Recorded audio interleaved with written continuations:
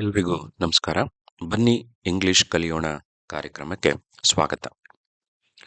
ಕಳೆದ ತರಗತಿಯಲ್ಲಿ ನಾನು ನಿಮಗೆ ಪ್ರನೌನ್ಗಳ ಪರಿಚಯವನ್ನ ಮಾಡಿಸಿದ್ದೆ. ಪ್ರನೌನ್ಗಳನ್ನ ಅರ್ಥ ಮಾಡ್ಕೊಳ್ಬೇಕಾದ್ರೆ ಪರ್ಸನ್ ಕಾನ್ಸೆಪ್ಟ್ ಕೂಡ ಮುಖ್ಯ ಆಗತ್ತೆ, ಹಾಗೆ ನಂಬರ್ ಕಾನ್ಸೆಪ್ಟ್ ಕೂಡ ಮುಖ್ಯ ಆಗತ್ತೆ ಅನ್ನೋದನ್ನ ನಿಮಗೆ ವಿವರಿಸಿದೆ. ಈ ಪ್ರನೌನ್ಗಳನ್ನ ಬಳಸೋದು ಅಂತ ಹೇಳಿದಾಗ first person, second person, third person ಅನ್ನುವ ಒಂದು ವಿಭಾಗ ಏನಿದೆ ಅದನ್ನು ಕೂಡ ನಾವು ಸರಿಯಾಗಿ ಅರ್ಥ ಮಾಡ್ಕೊಳ್ಬೇಕಾಗತ್ತೆ. ಇಲ್ಲದೆ ಹೋದರೆ I, we, you, he, she, it, they ಈ ಪದಗಳ ನಡುವೆ ಏನು ವ್ಯತ್ಯಾಸ ಇರುತ್ತೆ ಅನ್ನೋದು ನಮಗೆ ಗೊತ್ತಾಗೋದಿಲ್ಲ. ಪ್ರನೌನ್ಗಳು ಇಂಗ್ಲಿಷ್ನಲ್ಲಿ ಬಹಳ ಮುಖ್ಯವಾದಂತಹ ಪದಗಳು ಆಗಿರ್ತವೆ. ಆ ಪದಗಳನ್ನ ಬಳಸುವ ಕೌಶಲ, ನಾಲೆಡ್ಜ್ ಅಥವಾ ಸ್ಕಿಲ್, ಜ್ಞಾನ ಮತ್ತು ಕೌಶಲ ಎರಡೂ ಕೂಡ ಇಂಗ್ಲಿಷ್ನಲ್ಲಿ ಮುಖ್ಯ ಆಗತ್ತೆ. ಈ ಪ್ರನೌನ್ಗಳನ್ನ ನಾವು ಬಳಸುವ ಕಾರಣ ಏನು, ವೈ ದೇ ಆರ್ ಯೂಸ್ಡ್, ಇದ್ರ ಬಗ್ಗೆ ನಾನು ನಿಮಗೆ ಕಳೆದ ತರಗತಿಯಲ್ಲಿ ಕೂಡ ಹೇಳಿದ್ದೆ. ಈಗ Sadananda is A teacher, Sadananda teachers English, Sadananda works at Hunsur, ಹೀಗೆ ಸದಾನಂದ ಅಂತ ನಾವು ಹೇಳ್ತಾ ಹೋಗೋದ್ರ ಬದಲು Sadananda is a teacher, he teachers English, he works at Hunsur ಅಂತ ನೀವು ಹೇಳಿದಾಗ ಮೊದಲ ವಾಕ್ಯದಲ್ಲಿ ಸದಾನಂದ ಅನ್ನುವಂತಹ ನೌನನ್ನ ತಗೊಂಡು ನಂತರದ ವಾಕ್ಯಗಳಲ್ಲಿ ಸದಾನಂದ ಅನ್ನುವ ಹೆಸರಿನ ಬದಲಿಗೆ ಹಿ ಅನ್ನೋ ಪದವನ್ನ ತಗೊಳ್ಳೋದ್ರಿಂದ ಏನು ಅನುಕೂಲ ಆಗತ್ತೆ ಅಂತ ಹೇಳಿದ್ರೆ, ಪ್ರತಿ ಬಾರಿಯೂ ಸದಾನಂದ ಅನ್ನುವಂತ ಉದ್ದದ ಹೆಸರನ್ನ ಹೇಳೋದ್ರ ಬದಲು ಒಮ್ಮೆ ಸದಾನಂದ ಅಂತ ಹೇಳಿ ನಂತರ ಅವನು, ಅಥವಾ ಕನ್ನಡದಲ್ಲಿ ಯೋಚನೆ ಮಾಡಿದಾಗ ಅವರು ಅಂತ ಹೇಳಿ ನಾವು ಹೇಳ್ತಾ ಹೋದ್ರೆ, ಮಾತಾಡ್ತಾ ಇರೋರ್ಗೂ ಕೂಡ ಸುಲಭ ಆಗತ್ತೆ, ಹಾಗೆ ಮಾತನ್ನ ಕೇಳ್ತಾ ಇರೋರ್ಗೂ ಕೂಡ ಸುಲಭ ಆಗತ್ತೆ. ಸೊ ಈ ಬ್ರೀವಿಟಿಗೋಸ್ಕರ, ಬ್ರೀವಿಟಿ ಅಂದ್ರೆ ಸಂಕ್ಷಿಪ್ತತೆ, ಈ ಸಂಕ್ಷಿಪ್ತತೆಯನ್ನ ಸಾಧಿಸೋದಕ್ಕೋಸ್ಕರ ನಾವು ಪ್ರನೌನ್ಗಳನ್ನ ಇಂಗ್ಲಿಷ್ನಲ್ಲಿ ಬಳಕೆ ಮಾಡ್ತೀವಿ. ಈ ಪ್ರನೌನ್ಗಳನ್ನ ನಾವು ಬಳಕೆ ಮಾಡೋದ್ರ ಕಾರಣ ನೌನಿನ ಬದಲು ಅವುಗಳನ್ನ ಬಳಸೋದು ಅಂತ. ಹಾಗಾಗಿ ಪ್ರನೌನ್ ರಿಪ್ಲೇಸ್ ನೌನ್. ಪ್ರನೌನ್ಗಳು ಯಾವಾಗಲೂ ನೌನನ್ನ ರಿಪ್ಲೇಸ್ ಮಾಡತ್ವೆ. ಈ ರೀತಿ ನಮ್ಗೆ ಆ ಮುಖ್ಯ ಕಾನ್ಸೆಪ್ಟ್ ಅರ್ಥ ಆದ್ರೆ, ಆ ಜ್ಞಾನ ನಮ್ಮಲ್ಲಿದ್ರೆ, ಆ ನಾಲೆಡ್ಜ್ ಇದ್ರೆ, ನಂತರ ಅವುಗಳನ್ನ ಹೇಗೆ ಎಲ್ಲಿ ಬಳಸಬೇಕು ಅನ್ನುವಂತಹ ಕೌಶಲ ನಮ್ಗೆ ಬರುತ್ತೆ. ನಾವು ಸಂದರ್ಭಕ್ಕೆ ತಕ್ಕ ಹಾಗೆ ಬಳಸಬೇಕಾಗಿರುವಂತ ಪ್ರನೌನ್ಗಳನ್ನ ನಾವು ಬಳಸಿದ್ರೆ, ನೆನಪು ಮಾಡಿಕೊಂಡು ಯೂಸ್ ಮಾಡಿದಾಗ ನಮಗೆ ಇಂಗ್ಲಿಷ್ ಬಂದಿದೆ ಅಂತ. ಎಷ್ಟು ಸ್ಪಷ್ಟವಾಗಿ, ವೇಗವಾಗಿ, ಸಂದರ್ಭಕ್ಕೆ ಉಚಿತವಾಗಿ, ಸಂದರ್ಭಕ್ಕೆ ತಕ್ಕಂತೆ ಆ ಪದಗಳನ್ನ ನಾವು ಬಳಸ್ತಾ ಹೋಗ್ತೀವಿ, ನೆನಪು ಮಾಡ್ಕೊಳ್ತಾ ಹೋಗ್ತೀವಿ ಅಂದಾಗ ಅದನ್ನ ಫ್ಲೂಯೆನ್ಸಿ ಅಥವಾ ನಿರರ್ಗಳತೆ ಅಂತ ಹೇಳಿ ಕರೀತಾರೆ. ಸೊ ಒಂದು ಭಾಷೆಯಲ್ಲಿ ನಾನು ಫ್ಲೂಯೆಂಟ್ ಆಗಿದ್ದೀನಿ ಅಂತ ಹೇಳಿದ್ರೆ, ಆ ಸಿಚುವೇಶನ್ಗೆ ತಕ್ಕಂತೆ, ಆ ಸಂದರ್ಭಕ್ಕೆ ತಕ್ಕಂತೆ, ಆ ಭಾಷೆಯ ನಿಯಮಗಳನ್ನ ಮೀರದಂತೆ, ಅಥವಾ ಒಂದು ಭಾಷೆಯ ನಿಯಮಗಳಿಗೆ ಅನುಸಾರವಾಗಿ ನಾನು ಸಂದರ್ಭಕ್ಕೆ ತಕ್ಕಂತೆ ಮಾತನಾಡುವುದು, ಸಂದರ್ಭಕ್ಕೆ ತಕ್ಕಂತೆ ಪ್ರತಿಕ್ರಿಯೆಯನ್ನು ಕೊಡೋದು, ಹಾಗೆ ಸಂದರ್ಭಕ್ಕೆ ತಕ್ಕಂತೆ ಇನ್ನೊಬ್ಬರು ಹೇಳಿದ್ದನ್ನ ಗ್ರಹಿಸ್ಕೊಳ್ಳೋದು, ಹಾಗೆ ಸಂದರ್ಭಕ್ಕೆ ತಕ್ಕಂತೆ ನನ್ನ ಅಭಿಪ್ರಾಯವನ್ನ ಮಂಡಿಸುವುದು. ಅಂದ್ರೆ ಓದುವುದು, ಬರೆಯುವುದು, ಮಾತನಾಡುವುದು, ಕೇಳುವುದು, ಈ 4 ಸಂದರ್ಭಗಳಲ್ಲಿ ಆ ಸಂದರ್ಭಕ್ಕೆ ಉಚಿತವಾಗಿ ನಾನು ಬಳಕೆಯನ್ನ ಮಾಡ್ತಾ ಹೋದ್ರೆ, ಭಾಷೆಯನ್ನ ಬಳಸ್ತಾ ಹೋದ್ರೆ, ಆಗ ನಾನು ಆ ಭಾಷೆಯಲ್ಲಿ ಫ್ಲೂಯೆಂಟ್ ಆಗಿದ್ದೀನಿ ಅಥವಾ ಮಾಸ್ಟರಿಯನ್ನ ನಾನು ಗಳಿಸ್ಕೊಂಡಿದ್ದೀನಿ ಅನ್ನೋ ಅರ್ಥವನ್ನ ಕೊಡುತ್ತೆ. ಇಷ್ಟನ್ನ ನೀವು ಗಮನದಲ್ಲಿಟ್ಕೊಳ್ತೀರಿ, ನೆನಪಲ್ಲಿಟ್ಕೊಳ್ತೀರಿ ಅಂತ ಹೇಳಿ ಭಾವಿಸಿದ್ದೇನೆ. ಈಗ ಪ್ರನೌನ್ಗಳ ವಿಚಾರಕ್ಕೆ ಬಂದ್ರೆ, ಕಳೆದ ತರಗತಿಯಲ್ಲಿ 2 ಗುಂಪಿನ ಪ್ರನೌನ್ಗಳನ್ನ ನಿಮಗೆ ಪರಿಚಯ ಮಾಡಿಸಿದ್ದೆ. ಒಂದು ಐ ಗುಂಪಿನ ಪದಗಳು, ಇನ್ನೊಂದು ಮೈ ಗುಂಪಿನ ಪದಗಳು. ಈ ಐ ಗುಂಪಿನ ಪದಗಳೇನಿದಾವೆ ಅವನ್ನ ಪರ್ಸನಲ್ ಪ್ರನೌನ್ಸ್ ಅಂತ ಹೇಳ್ತಾರೆ. ಸರಳವಾಗಿ ವ್ಯಕ್ತಿಗಳಿಗೆ ಬದಲಾಗಿ ಬಳಸ್ತೀವಿ ಅಂತ ನಾವು ನೆನ್ಪಿಟ್ಕೊಂಡ್ರೆ ಸಾಕಾಗತ್ತೆ. ಇಲ್ಲಿ ಐ ಮತ್ತೆ ವಿ. ಐ ಅಂದ್ರೆ ನಾನು, ವಿ ಅಂತ ಹೇಳಿದ್ರೆ ನಾವು. So first person singular, second person plural. ಇದು ಐ ಮತ್ತೆ ವಿ. ಹಾಗೆ ಯು ಅನ್ನುವ ಪದ ಸೆಕೆಂಡ್ ಪರ್ಸನ್. ಮಾತನ್ನ ಕೇಳ್ತಾ ಇರೋರ್ನ ಸೆಕೆಂಡ್ ಪರ್ಸನ್ ಅಂತೀವಿ, ಮಾತು ಆಡ್ತಾ ಇರೋರನ್ನ ಫಸ್ಟ್ ಪರ್ಸನ್ ಅಂತ ಹೇಳ್ತೀವಿ. ಇಂಗ್ಲಿಷ್ನಲ್ಲಿ ನೀನು ಮತ್ತೆ ನೀವು ಎರಡಕ್ಕೂ ಒಂದೇ ಪದ ಬಳಕೆ ಆಗತ್ತೆ, you. You are a student ಅಂತ ಹೇಳ್ಬೋದು, ನೀನೊಬ್ಬ ವಿದ್ಯಾರ್ಥಿ. ಯು ಆರ್ ಸ್ಟೂಡೆಂಟ್ಸ್, ನೀವು ವಿದ್ಯಾರ್ಥಿಗಳು ಅಂತನೂ ಕೂಡ ನಾವು ಬಳಕೆ ಮಾಡ್ಬೋದು. ಸೊ ವೈ ಓ ಯು ಅನ್ನುವ ಪದ ಏನಿದೆ ಅದು ಸಿಂಗ್ಯುಲರ್ ಕೂಡ ಆಗತ್ತೆ, ಪ್ಲೂರಲ್ ಕೂಡ ಆಗತ್ತೆ. ಆದ್ರೆ ಐ ಅಂತ ಹೇಳಿದಾಗ ಸಿಂಗ್ಯುಲರ್, ವಿ ಅಂತ ಹೇಳಿದಾಗ ಪ್ಲೂರಲ್. ಏನ್ ಸರ್ ಇದು ಅಂತ ನೀವು ಪ್ರಶ್ನೆ ಕೇಳಿದ್ರೆ, ಹೌದಪ್ಪ, ಇಂಗ್ಲಿಷ್ ಇರೋದೇ ಹೀಗೆ. English is different, it isn't difficult. You ಅನ್ನೋದು ಹೀಗೆ ಬಳಸ್ತಾರೆ ಅಂತ ನಮ್ಗೆ ಅರ್ಥ ಮಾಡ್ಕೊಂಡ್ರೆ ಸಾಕಾಗತ್ತೆ. ನಂತರ ಈ, ಶಿ, ಇಟ್ ಈ 3 ಪದಗಳು ಬರ್ತವೆ. H E he, S H E she, I T it ಈ 3 ಪದಗಳು ಬರ್ತವೆ. ಈ 3 ಪದಗಳು ಥರ್ಡ್ ಪರ್ಸನ್ ಆಗಿರುತ್ತೆ. ಸೊ ಫಸ್ಟ್ ಪರ್ಸನ್ ಮತ್ತೆ ಸೆಕೆಂಡ್ ಪರ್ಸನ್ಗೆ ಇರದೇ ಇರುವಂತಹ ಇನ್ನೊಂದು ವ್ಯವಸ್ಥೆ ಥರ್ಡ್ ಪರ್ಸನ್ಗೆ ಇರುತ್ತೆ.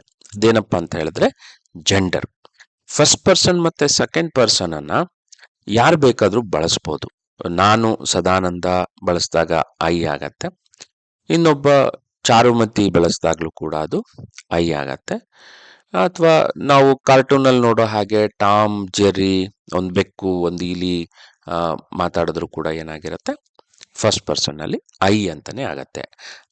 I am Tom, I am Jerry, I am Sadananda, I am Santosh. So ಹೀಗೆ ಐ ಅನ್ನೋದನ್ನ ನಾವು ಮಾತಾಡೋರು ಅಂತ ಹೇಳಿ ಬಳಸ್ತೇವೆ. ಹಾಗೆ ಯು ಅಂತ ಹೇಳಿದಾಗ್ಲೂ ಕೂಡ ಮಾತನ್ನ ಕೇಳ್ತಾ ಇರೋರಿಗೆ ಯು ಅಂತ ಹೇಳಿ. ಜೆಂಡರ್ ನಿಂದ ಯಾವುದೇ ವ್ಯತ್ಯಾಸ ಅಂದ್ರೆ ಲಿಂಗದಿಂದ ಯಾವುದೇ ವ್ಯತ್ಯಾಸ ಆಗೋದಿಲ್ಲ. ಆದ್ರೆ ಈ ಫಸ್ಟ್ ಪರ್ಸನ್ ಮತ್ತೆ ಸೆಕೆಂಡ್ ಪರ್ಸನ್ ಇಬ್ರು ಸೇರಿ ಥರ್ಡ್ ಪರ್ಸನ್ ಬಗ್ಗೆ ಮಾತಾಡಿದಾಗ, 3ನೇ ವ್ಯಕ್ತಿ ಬಗ್ಗೆ ಮಾತಾಡಿದಾಗ ಅವನು, ಅವಳು, ಅದು, ಇದು ಅನ್ನುವಂತಹ ಗುರುತಿಸುವಿಕೆ ಮುಖ್ಯ ಆಗತ್ತೆ.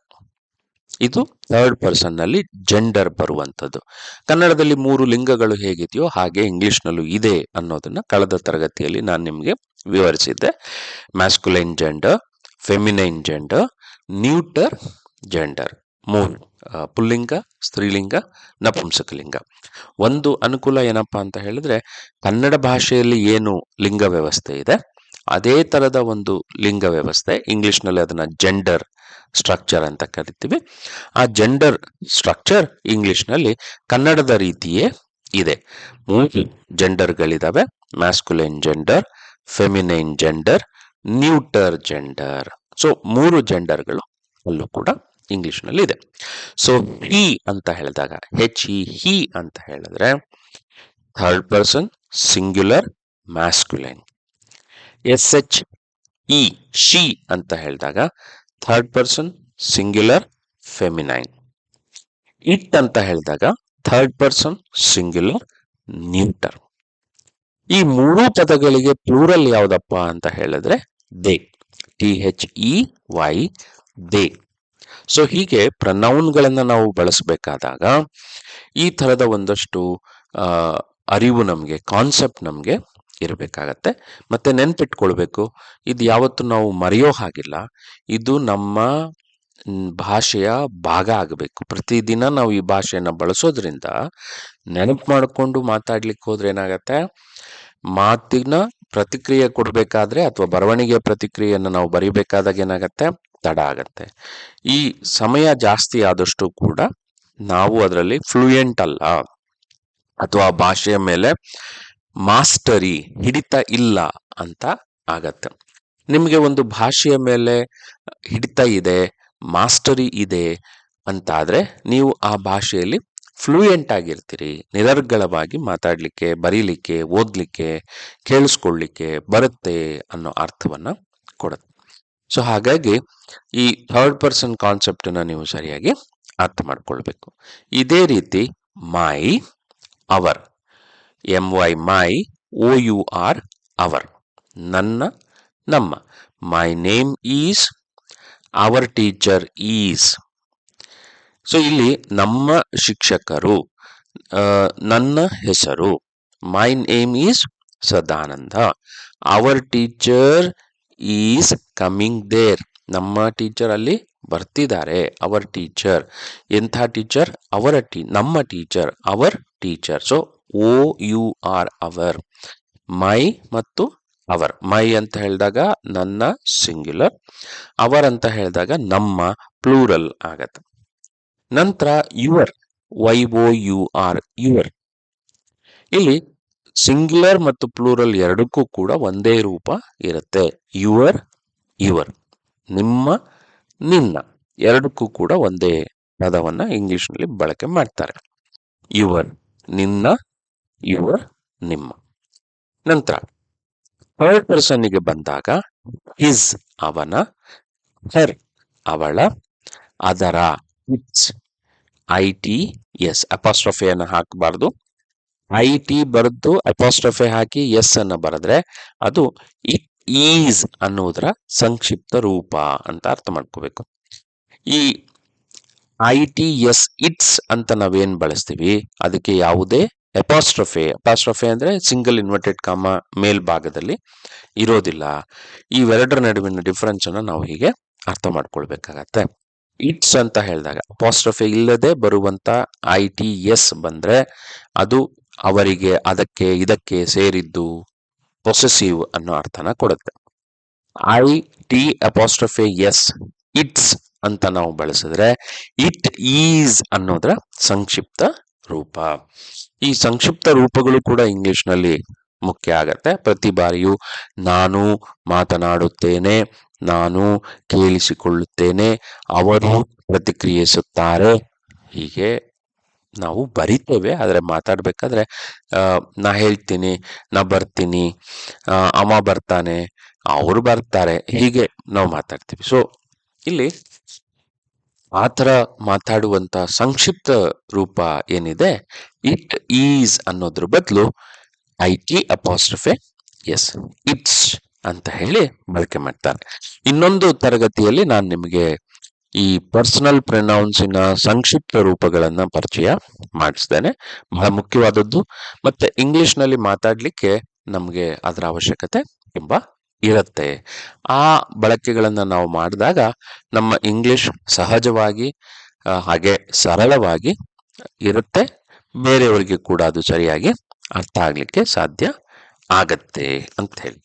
ಸೊ ಇಟ್ಸ್ ಅನ್ನೋದ್ರ ವ್ಯತ್ಯಾಸ ಗೊತ್ತಾಯ್ತಲ್ವಾ? ಓಕೆ, ಈಗ ಮೈ ಗುಂಪಿನ ಪದಗಳು ಏನನ್ನ ಹೇಳುತ್ತಪ್ಪ ಅಂತ ಹೇಳಿದ್ರೆ, ಯಾರಿಗೆ ಸೇರಿದ್ದು ಅದಕ್ಕೆ ಅದನ್ನ ಪೊಸೆಸಿವ್ ಪ್ರನೌನ್ಸ್ ಅಂತ ಹೇಳ್ತೀವಿ. ಪೊಸೆಸಿವ್ ಅಂದ್ರೆ, ಪೊಸೆಸ್ ಅಂದ್ರೆ ಏನು? ಹೊಂದುವಂಥದ್ದು. ಐ ಗುಂಪಿನ ಪದಗಳನ್ನ ಪರ್ಸನಲ್ ಪ್ರನೌನ್ಸ್, ವ್ಯಕ್ತಿಗಳನ್ನ ಸೂಚಿಸುವಂತ ಪ್ರನೌನ್ಗಳು ಅಂತ ಹೇಳಿ ಹೇಳ್ತೇವೆ. ಸೊ ನಿಮ್ಗೆ ಈ ತರದ ಪೊಸೆಸಿವ್, ಪರ್ಸನಲ್ ಇದೆಲ್ಲ ನೆನ್ಪಿಟ್ಕೊಳ್ಳಕ್ ಸಾಧ್ಯ ಆದ್ರೆ ಒಳ್ಳೇದು. ಆದ್ರೆ ಹಾಗೆ ನೀವು ಯೋಚನೆ ಮಾಡೋದ್ರಕ್ಕಿಂತ ಹೆಚ್ಚಾಗಿ ಇವುಗಳ ಸಂದರ್ಭವನ್ನ ನೀವು ಚೆನ್ನಾಗಿ ಅರ್ಥ ಮಾಡ್ಕೊಳ್ಳಿಕ್ಕೆ, ಅದಕ್ಕೆ ಸಂಬಂಧಪಟ್ಟಂತ ಜ್ಞಾನವನ್ನ ನೀವು ಇಟ್ಕೊಳ್ಳಿಕ್ಕೆ ಮುಂದಾಗಬೇಕು. ಅದು ತುಂಬಾ ಮುಖ್ಯ ಆಗತ್ತೆ. ನಂತರ ಐ ಅನ್ನೋದು ನಮ್ಗೆ ಹೇಗೆ ಅರ್ಥ ಆಯ್ತೋ ಹಾಗೆ ಇನ್ನೊಂದು ಗುಂಪಿನ ಪದ ನಮಗೆ ಮೀ, ME, ಮೀ ಅಂತ ಹೇಳಿ ಇನ್ನೊಂದು ಗುಂಪಿನ ಪದ ಇದೆ. ಇದನ್ನ ನಾವು ಅರ್ಥ ಮಾಡ್ಕೊಳ್ಬೇಕಾದ್ರೆ ಐ ಅನ್ನುವುದು ಸಬ್ಜೆಕ್ಟ್ ಆಗತ್ತೆ.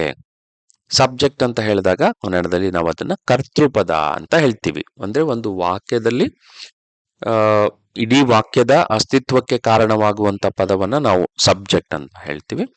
ಸಬ್ಜೆಕ್ಟ್ ಅಂತ ಹೇಳಿದಾಗ ಕರ್ತೃಪದ ಅಂತ ನಾವು ಕನ್ನಡದಲ್ಲಿ ಹೇಳಿದ್ವಲ್ಲ. ಸೊ ಇಲ್ಲೇನಾಗತ್ತೆ ಅಂದ್ರೆ ಒಂದು ಕ್ರಿಯೆಗೆ ಕಾರಣ ಆಗುವ ಪದ ಅನ್ನೋ ಅರ್ಥನೂ ಕೊಡುತ್ತೆ. ಅಥವಾ ವಾಕ್ಯದ ಮುಖ್ಯ ಪದ ಅನ್ನೋ ಅರ್ಥ ಕೊಡುತ್ತೆ. ಅಂದ್ರೆ ಇಡೀ ವಾಕ್ಯ ಅಸ್ತಿತ್ವಕ್ಕೆ ಬರೋದೇನೆ ಆ ಪದಕ್ಕೋಸ್ಕರ ಅಂತ ಹೇಳಿ. ಐ ಆಮ್ ಅ ಸ್ಟೂಡೆಂಟ್ ಅಂತ ನಾನು ಹೇಳಿದ್ರೆ ಆ ಇಡೀ ವಾಕ್ಯ ಬಂದದ್ದೇ ನಾನು ಏನು ಅಂತ ಹೇಳಿ ವಿವರಣೆಯನ್ನ ಕೊಡ್ಲಿಕ್ಕೆ. ಸೊ ಹೀಗೆ ಐ ಅನ್ನೋದನ್ನ ನಾವೇನಂತ ಕರಿತೀವಿ? ಕರ್ತೃಪದ, ಸಬ್ಜೆಕ್ಟ್ ಅಂತ ಕರಿತೀವಿ. ಮೀ ಅನ್ನೋದು ಈ ಐ ಪದದಕ್ಕಿಂತ ಭಿನ್ನವಾದಂತಹ ಪದ ಆಗತ್ತೆ. ಐ ಅಂದ್ರೆ ಕರ್ತೃಪದ, ಮೀ ಅಂದ್ರೆ ಕರ್ಮಪದ. ಕರ್ಮಪದ ಅಂದ್ರೇನು? ಅದನ್ನ ಆಬ್ಜೆಕ್ಟ್ ಅಂತ ಹೇಳಿ ಇಂಗ್ಲಿಷ್ ನಲ್ಲಿ ಹೇಳ್ತೇವೆ. ಆಬ್ಜೆಕ್ಟ್ ಅಂದ್ರೆ ಕ್ರಿಯೆಯನ್ನ ಸ್ವೀಕರಿಸುವ ಪದ ಆಗಿರುತ್ತೆ. ವಾಕ್ಯದಲ್ಲಿ ಸೃಷ್ಟಿಯಾದಂತಹ ಕ್ರಿಯೆ ಏನಿರುತ್ತೆ, ಆ ಕ್ರಿಯೆಯನ್ನ ರಿಸೀವ್ ಮಾಡಿದಂತ, ಪಡ್ಕೊಂಡಂತಹ ಪದ ಏನಿರುತ್ತಲ್ಲ, ಅದನ್ನ ನಾವು ಆಬ್ಜೆಕ್ಟ್ ಅಂತ ಹೇಳಿ ಹೇಳ್ತೇವೆ. ಈಗ ಉದಾಹರಣೆಗೆ ಐ ಟಚ್ ಯು ಅಂತ ನಾನು ಹೇಳಿದೆ ಅಂತ ಇಟ್ಕೊಳ್ಳಿ. ಐ ಟಚ್ ಯು, ನಾನು ನಿನ್ನನ್ನು ಮುಟ್ಟಿದೆ, ಸ್ಪರ್ಶಿಸಿದೆ ಅಂತ ಅರ್ಥ. ಸೊ ಇಲ್ಲೇನಾಗತ್ತೆ? ಸ್ಪರ್ಶದ ಕ್ರಿಯೆಯನ್ನ ನಡೆಸ್ತಾ ಇರೋದು ನಾನು, ಆ ಸ್ಪರ್ಶದ ಕ್ರಿಯೆಗೆ ಒಳಗಾಗ್ತಾ ಇರುವಂಥದ್ದು ನೀವು. ಸೊ ಐ ಟಚ್ ಯು ಅಂತ ಹೇಳಿದಾಗ ಐ ಅನ್ನೋ ಪದ ಟಚ್ ಅನ್ನುವ ಕ್ರಿಯೆಯನ್ನ ಸೃಷ್ಟಿಸಿದೆ. ಆ ಸೃಷ್ಟಿಸಿದ ಕ್ರಿಯೆಯನ್ನ ರಿಸೀವ್ ಮಾಡ್ತಾ ಇರೋದು, ಪಡ್ಕೊಳ್ತಿರೋದು ಯಾರಾಗಿದ್ದೀರಿ? ನೀವಾಗಿದ್ದೀರಿ. ರಿಸೀವರ್ ಆಫ್ ದಿ ಆಕ್ಷನ್ ಅಂತ ಹೇಳ್ತೀವಿ. ಸೊ ಇಲ್ಲಿ ಮೀ ಪದದ ಗುಂಪಿನ ಏನಿದಲ್ಲ, ಅಥವಾ ಮೀ ಗುಂಪಿನ ಪದಗಳೇನಿದಾವಲ್ಲ, ಅವು ರಿಸೀವರ್ ಆಫ್ ದಿ ಆಕ್ಷನ್, ಕ್ರಿಯೆಯನ್ನ ರಿಸೀವ್ ಮಾಡುವಂಥವು, ಕ್ರಿಯೆಗೆ ಒಳಗಾಗುವಂತಹವು. ಅಂತಹ ಪದಗಳನ್ನ ಮೀ ಆಬ್ಜೆಕ್ಟ್ ಅಂತ ಹೇಳ್ತೇವೆ. ಐ ಅನ್ನುವಂಥದ್ದು ಸೃಷ್ಟಿಗೆ ಕಾರಣ ಆಗುವಂಥದ್ದು. ಸೊ ಯಾವ್ದಾದ್ರು ಒಂದನ್ನ ವಿವರಿಸೋದಿಕ್ಕೆ ಪ್ರಯತ್ನ ಮಾಡುವಂಥದ್ದು. ಸೊ ಹೀಗೆ ಸಬ್ಜೆಕ್ಟ್ ಅಂತ ಹೇಳಿದ್ರೆ doer of the action, doer ಕ್ರಿಯೆಗೆ ಕಾರಣ ಆಗುವಂತಹ ಪದ, doer of the action. Object ಅಂತ ಹೇಳಿದ್ರೆ ರಿಸೀವರ್ ಆಫ್ ದಿ ಆಕ್ಷನ್. ನೀವು ಕಳೆದ ತರಗತಿಯಲ್ಲಿ ನಾನು ನಿಮಗೆ first person, second person, third person ಅಂದ್ರೆ ಪರ್ಸನ್ ಕಾನ್ಸೆಪ್ಟಿನ ಬಗ್ಗೆ ವಿವರಣೆಯನ್ನ ಕೊಟ್ಟಿದ್ದೆ. ನಂತರ ನಂಬರಿನ ಬಗ್ಗೆ ವಿವರಣೆಯನ್ನ ಕೊಟ್ಟಿದ್ದೆ, ಸಿಂಗ್ಯುಲರ್ ಮತ್ತೆ ಪ್ಲೂರಲ್ ಅಂತ ಹೇಳಿ.